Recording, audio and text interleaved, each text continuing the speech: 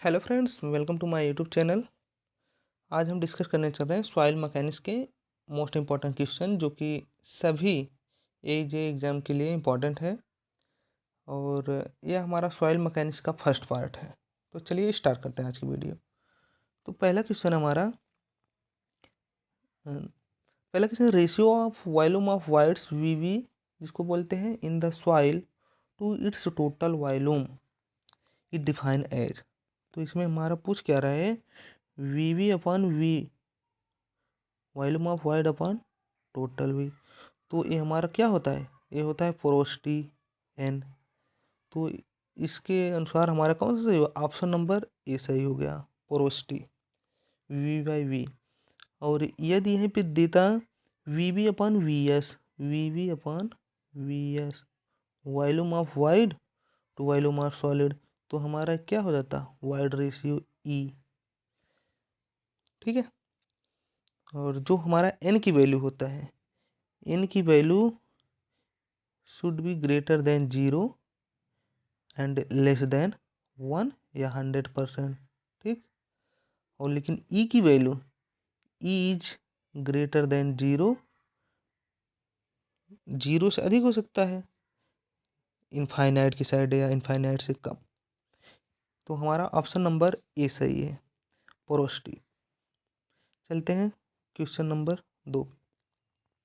Density of the soil may be increased by, density में भी increase by किससे किया जाता है, कंपैक्शन, कंसोलिडेशन या बोथ से या स्टेबलाइजेशन से। तो डेंसिटी इंक्रीज्ड बाय हमारा कंपैक्शन और कंसोलिडेशन दोनों से किया जाता है। तो हमारा ऑप्शन नंबर यहाँ पे सी सही होगा, जो बोथ कंपैक्शन एंड कंसोलिडेशन। और कंपैक्शन में क्या होता है, एक्सपल्सन ऑफ इसमें एयर होता है कंपैक्शन में, और ड्यू टू डायनेमिक लोड, और ये इंस्टाटेनियस फिनोमेना है, मतलब ये तुरंत होता है, क्षणिक फिनोमेना है। और लेकिन जो हमारा कंसोलिडेशन होता है expulsion of pore water from the wides, expulsion of pore water from the wides. ये टाइम डिपेंडेंट फिनोमेना है, और ये हमारा स्टैटिक लोडिंग पे कार्य करता है। ये इसके अनुसार हमारा ऑप्शन नंबर सी सही हो जाएगा, बोथ कंपैक्शन एंड कंसोलिडेशन द्वारा हम सॉइल की डेंसिटी को इंक्रीज कर सकते हैं। चलिए थर्ड क्वेश्चन पे। थर्ड क्वेश्चन हमारा, uniformity coefficient is the ratio of the following, uniformity coefficient. तो सी यू के बीच में पूछ रहा है, sorry, uniformity coefficient C U इधर गया, ओके आ गया। सी यू के बीच में पूछ रहा है, सी यू जो हमारा होता है, सी यू कल टू होता है D60/D10। ये हमारा सी यू होता है, यूनिफॉर्मिटी कोफिशिएंट। देखते हैं ऑप्शन, इसमें कोई नहीं है, इस प्रकार हमारा नन ऑफ दीज हो जाएगा। और सी यू जो होता है, सी यू की value, C U is greater than 4 and greater than 6। Greater than 4 किसकी कंडीशन में होता है, ग्रेवल के। ग्रेटर देन 6 सैंड के कंडीशन में। और एक होता है हमारा सी सी जो बोलते हैं कोफिशिएंट ऑफ कर्वेचर, सी होता है, सी इक्वल टू D30 की स्क्वायर है यहाँ पे, अपान D60 इंटू D10। ये हमारा सी है। और सी की वैल्यू क्या होती है, फॉर वेल ग्रेडेड सॉइल के लिए, वेल ग्रेडेड सॉइल किसको कहते हैं, every size of particle are present, तो उसको वेल ग्रेडेड बोलते हैं। और सी की वैल्यू हमारी क्या होती है, सी इज 1 और 3 के बीच में हमारा सी की वैल्यू होती है, 1 एंड 3। तो ऑप्शन नंबर यहाँ पे डी से, नन ऑफ दीज। चलिए नेक्स्ट पे चलते हैं। नेक्स्ट हमारा है, और इसमें एक चीज़ और जानना चाहें, अगर हम बोले यहाँ पे,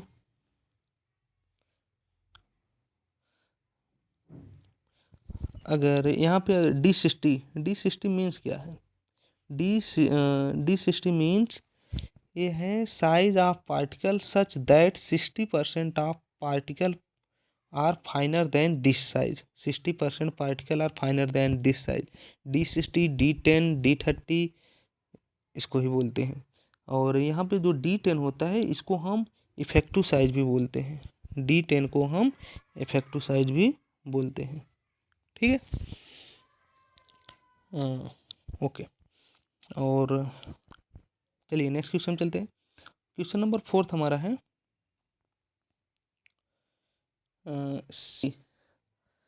सी is the cohesion, sigma is the applied normal stress, phi is angle of internal friction and the shear strength of the soil tau will be. Shear strength of the soil पूछ रहा है। Shear strength of the soil क्या होता है? Tau equal to होता है C plus sigma ten phi, C plus sigma ten phi. तो यहाँ पे कौन सा है? सी, ऑप्शन नंबर सी है, tau equal to C plus sigma ten phi. चलिए नेक्स्ट पे चलते हैं। क्वेश्चन नंबर हमारा 5 क्या है? Soil sample has a porosity of 40% if G specific gravity 2.7, the dry density of the soil, यहाँ पे ड्राई डेंसिटी पूछ रहा है और गामा डब्ल्यू का दिया है 9.1 किलोन्यूटन पर मीटर क्यूब। तो गामा डी इक्वल टू यहाँ पे क्या होता है? गामा डी इक्वल टू होता है जी गामा डब्ल्यू अपन 1 प्लस ई। तो इसमें हम वैल्यू पुटअप कर देंगे, इसी का मान पूछा है। जी का मान 2.7, गामा डब्ल्यू का मान 9.81 एंड 1 प्लस ई, क्योंकि यहाँ पे ई नहीं दिया है, ई के स्थान पे एन दे दी गया है। तो यहाँ पे ई निकालने के लिए एक फार्मूला होता है एन अपान 1 माइनस एन।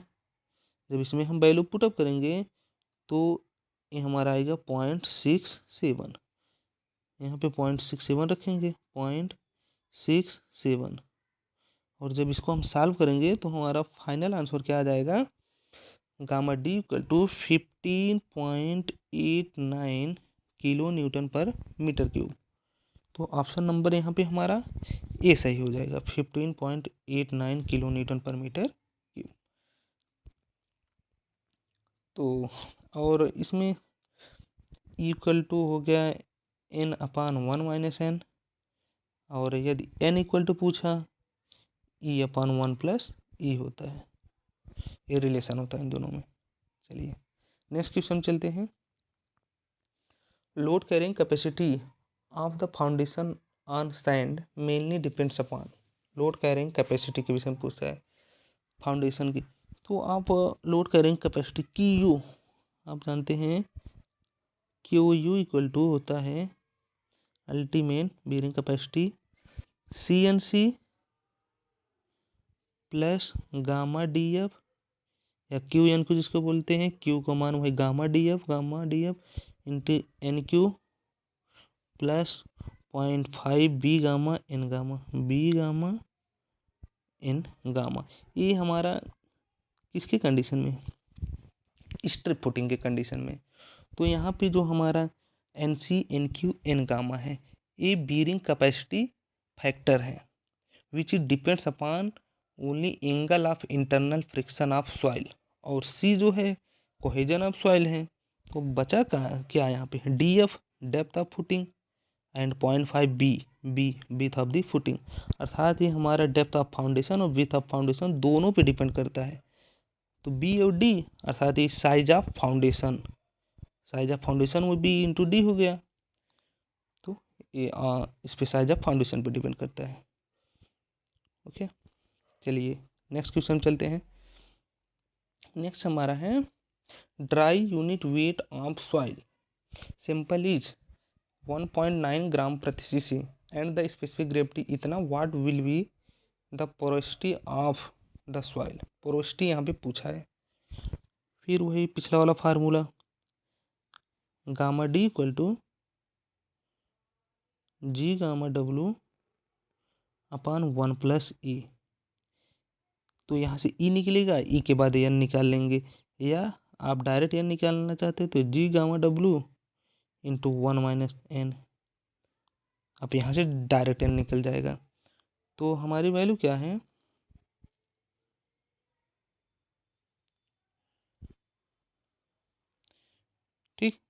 हमारी वैल्यू यहाँ पे क्या दिया है, वैल्यू दिया है जी की दिया है 1.9 गामा डी की, gamma D equal to G gamma W, G क्या है 2.65, गामा डब्लू चूंकि ये ग्राम प्रति सीसी में है तो गामा डब्लू 1 ग्राम प्रति सीसी, अगर एक किलो न्यूटन प्रति मीटर क्यूब में होता 9.81 kilo newton per metre cube, या वहाँ पे राउंड ऑफ करके 10 रख देते, ठीक।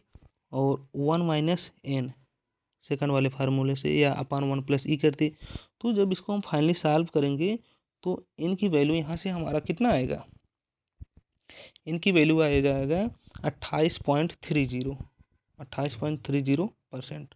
ऑप्शन नंबर 20 सही होगा। और यहाँ से अगर ई की वैल्यू निकालेंगे तो 2.394 आएगा, यहाँ पे ऑप्शन नंबर 20 सही है। चलिए नेक्स्ट क्वेश्चन पे, क्वेश्चन नंबर 8 क्या है, liquid limit and plastic limit of a soil are 35% and 15% respectively if the flow index is इतना दिन द टफनेस इंडेक्स। यहाँ पे टफनेस इंडेक्स पूछा है, टफनेस इंडेक्स होता है I T equal to I P upon I F, flow I P upon I F, I P plasticity index या plastic limit upon flow index, plasticity index upon flow index. तो plasticity index I P equal to क्या होता है, W L minus W P upon flow index की value दिया है यहाँ पे कितना दिया है 10%। और जब यहाँ पे हम पूरा वैल्यू रखेंगे 35 माइनस 15 अपान 10 और इसको सॉल्व करेंगे, ऊपर हमारा आ जाएगा 20, नीचे 10, इसको कैंसिल आउट, यहाँ पे 2, ऑप्शन नंबर सी सही होगा, यहाँ पे 2 सही होगा, ठीक। क्वेश्चन नंबर 8 में, और यहाँ पे जो फ्लो इंडेक्स होता है, फ्लो इंडेक्स का भी फार्मूला होता है, फ्लो इंडेक्स होता है W1 माइनस W2 अपान log N2 अपान N1, हमारा फ्लो इंडेक्स का फार्मूला होता है, जो कि water content and number of flow on soil graph खींचा जाता है, कुछ इस प्रकार का ग्राफ होता है फ्लो इंडेक्स निकालने के लिए, ऐसा ग्राफ होता है, ये वाटर कंटेंट होता है यहाँ पे, और यहाँ पे number of flow on log scale पे होता है, ठीक। जैसे ए गया 1 2, ठीक है, ऐसे कुछ है। तो यहाँ पे हमारा log 1 log, यहाँ पे log N1, ये log 25 है, 25 ये log N2 है, और N2 है तो यहाँ पे क्या हो जाएगा W2 ए 25 के रिस्पेक्ट में WL ए W1। तो जब यहाँ से हम निकालेंगे वही IF इक्वल टू आ जाता है W1 माइनस W2 अपान log N2 अपान N1, या N2 माइनस N1 करेंगे तो log में ऊपर चला जाता है डिवाइड में। चलिए क्वेश्चन नंबर 9 क्या है, क्वेश्चन नंबर 9 है हमारा, liquid limit and plastic limit of a cohesive soil are determine in laboratory as 40% and 20% respectively, the plasticity index of the soil will be. यहाँ पे प्लास्टिसिटी इंडेक्स पूछ रहा है, वही आई पी इक्वल टू क्या होता है WL माइनस WP, तो 40 minus 20 equal to 20%, option number B सही हो गया। चलिए नेक्स्ट क्वेश्चन पे चलते हैं। नेक्स्ट क्वेश्चन, और यहाँ पे अगर एक चीज़ और जानना चाहें, यहाँ पे जैसे प्लास्टिसिटी इंडेक्स पूछ दिया, अगर हमसे कंसिस्टेंसी इंडेक्स पूछता, IC कंसिस्टेंसी इंडेक्स होता है WL minus WN, liquid limit water content eight liquid limit minus water content eight natural water content जिसको बोलते हैं, अपन IP प्लास्टिसिटी इंडेक्स, IP को वही हो जाता है WL माइनस WP इंटू 100 कर देते हैं, ठीक। और ये हमारा यहाँ पे लिक्विड लिमिट के विषय में पूछता, लिक्विडिटी इंडेक्स के विषय में, तो लिक्विडिटी इंडेक्स क्या क्या होता है, natural water content minus water content eight plastic limit upon I P वही WL माइनस WP, ये हमारा लिक्विडिटी इंडेक्स और ऊपर वाला कंसिस्टेंसी इंडेक्स होता है। नेक्स्ट क्वेश्चन चलते हैं, क्वेश्चन नंबर 10। क्वेश्चन नंबर 10 हमारा क्या है, water content in A soil is reduce by the shrinkage limit.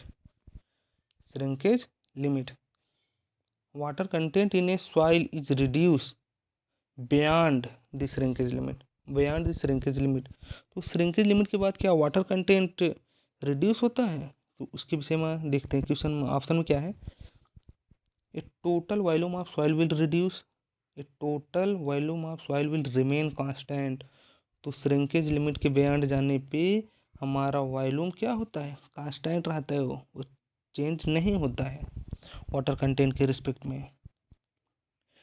तो हमारा कुछ इस तरह का ग्राफ बनता है, ग्राफ जैसे ऐसे बना, ये वॉल्यूम एंड वाटर कंटेंट के रिस्पेक्ट में, वाटर कंटेंट के रिस्पेक्ट में। तो ये सॉलिड हो गया, solid, semi solid, solid, semi solid या सेमी प्लास्टिक जिसको बोलते हैं, इधर हो गया प्लास्टिक और इधर हो गया हमारा लिक्विड। और यहाँ पे हमारा कौन सा ड्राई वॉल्यूम है, वी ड्राई, और यहाँ पे प्लास्टिक वॉल्यूम है, और यहाँ पे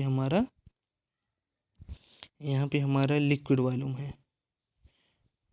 ठीक है, ये वाला हमारा नहीं रहता है। ओके, अब क्या हुआ, यहाँ पे हमारा श्रिंकेज लिमिट पूछ रहा है। श्रिंकेज लिमिट ए यहाँ पे होता है WS shrinkage limit, WP plastic limit, WL liquid limit. अगर श्रिंकेज लिमिट के बाद यहाँ देखो, अगर हम घटा रहे हैं तो इसका वॉल्यूम एक कांस्टेंट हो जा रहा है, कांस्टेंट है, डज नॉट चेंज। तो यहाँ से ऑप्शन नंबर बी सही है। चलिए क्वेश्चन नंबर 11 नंबर हमारा क्या है, और श्रिंकेज लिमिट होता क्या है। Shrinkage limit value of water content या smallest value of water content at which soil mass is completely saturated, या maximum water content at which further reduction in water content does not change in volume of the soil. ठीक है, and question number 11 क्या है, the permeability of cohesive soil is best determine by using. Permeability cohesive soil के condition पूछता है। C soil, सी soil के case में हमारा filing head permeability, option number यहाँ पे ए। अगर हमारा फाई सॉइल या कोर्स ग्रेन सॉइल या सैंड के विषय में पूछता तो हमारा कांस्टेंट होता, कांस्टेंट हेड परमेबिलिटी, परमीमीटर का ऑप्शन नंबर बी से होता। लेकिन यहाँ पे सी सॉइल के विषय में कोहेसिव सॉइल फाइलिंग हेड परमीमीटर। तो इसका फार्मूला क्या होता है अगर कोहेसिव सॉइल के केस में, ये हमारा के इक्वल टू होता है 2.303 AL/80 इंटू log H1/H2, ऐसा फार्मूला होता है। जो यहाँ पे कैपिटल ए है, capital A area of soil sample, और टी टाइम ऑफ परकोलेशन, कितना टाइम लगा सेकंड में, और एरिया ऑफ ट्यूब हो जाएगा यहाँ पे स्मॉल ए, और लेंथ ऑफ दी सैंपल हो जाता है। तो और अगर कांस्टेंट हेड परमीमीटर के विषय में बात करें तो हमारा डार्सी लॉ, यहाँ पे डार्सी लॉ के अनुसार यहाँ से हम के इक्वल टू सॉल्व करेंगे, QL/AH हो जाता है।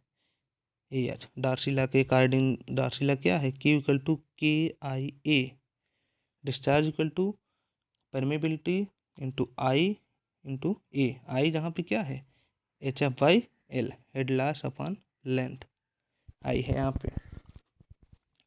चलिए नेक्स्ट क्वेश्चन चलते हैं, क्वेश्चन नंबर 12। यहाँ पे डार्सी लॉ पूछ ही गया है।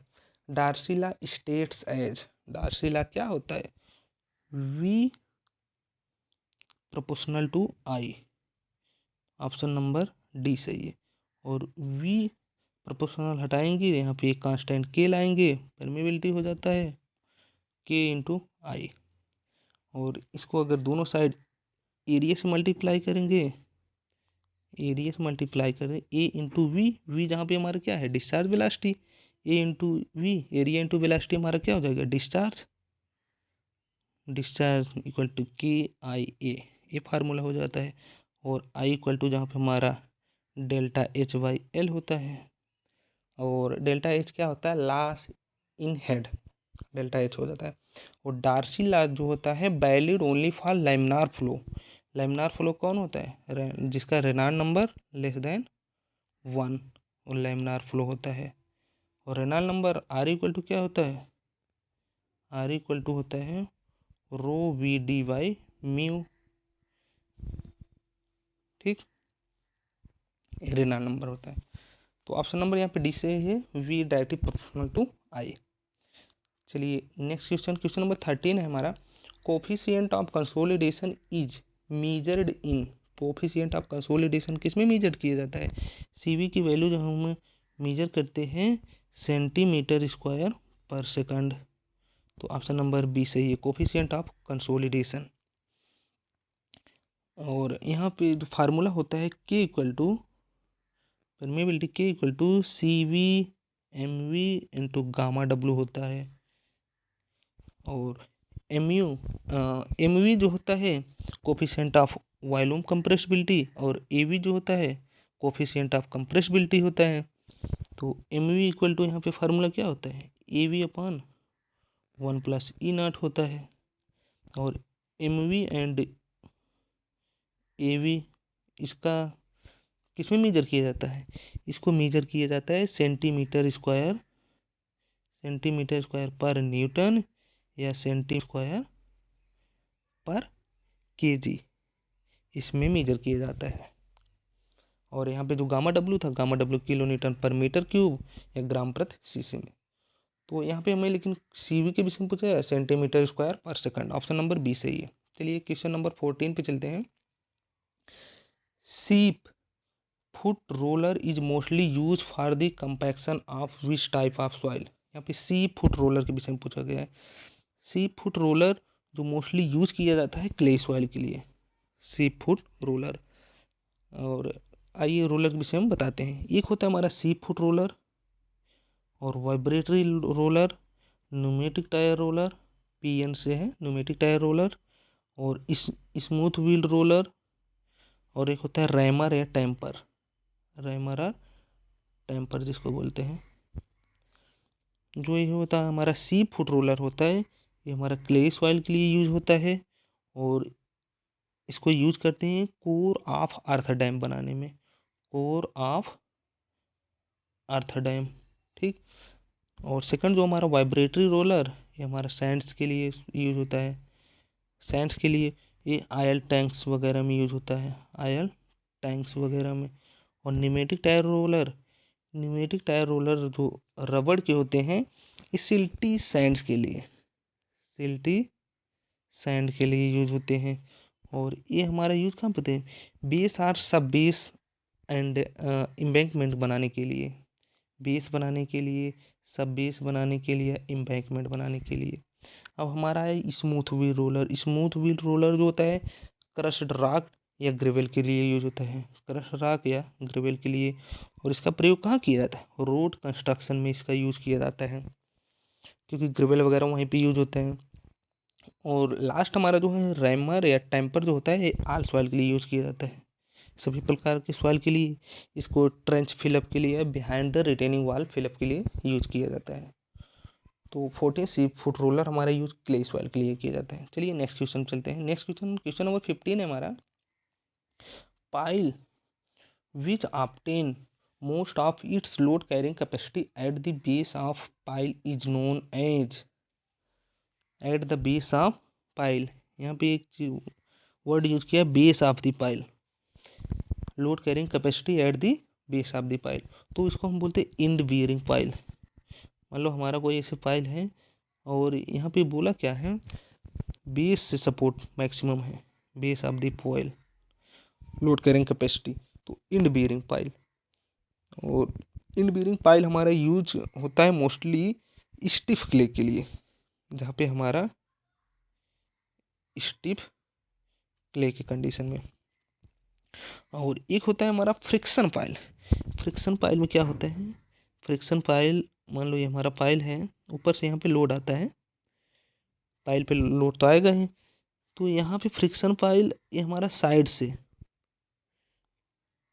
Mostly load carrying capacity side से होता है। तो फ्रिक्शन पाइल या इसको हम फ्लोटिंग पाइल भी बोलते हैं, यूज इन सॉफ्ट क्ले या लूज सैंड के लिए, सॉफ्ट क्ले या लूज सैंड के लिए यूज करते हैं। तो हमारे यहाँ पे पूछा गया है किसके विषय में, इंड बियरिंग पाइल के लिए, load carrying capacity at the base of pile, end bearing pile, option number A सही है। चलिए नेक्स्ट क्वेश्चन, क्वेश्चन नंबर 16 क्या है, ये soil has bulk density 2.3 gram per cc and water content 15%, the dry density of the soil, dry density यहाँ पे पूछा है, तो वही formula gamma D equal to gamma T upon 1+W, gamma T जहाँ पे जो हमारे बल्क डेंसिटी है 2.3 ग्राम पर सीसी दिया है, 1+ वाटर कंटेंट 15%, इसको पॉइंट में रखेंगे 0.15, जब इसको हम डिवाइड करेंगे तो यहाँ पे हमारा आ जाएगा 2, तो ऑप्शन नंबर यहाँ पे हमारा सी सही है। ठीक है, तो आज के लिए बस इतना ही रखते हैं। यदि दोस्तों वीडियो पसंद आए प्लीज़ लाइक सब्सक्राइब और शेयर ज़रूर कर देना। Okay, thank you.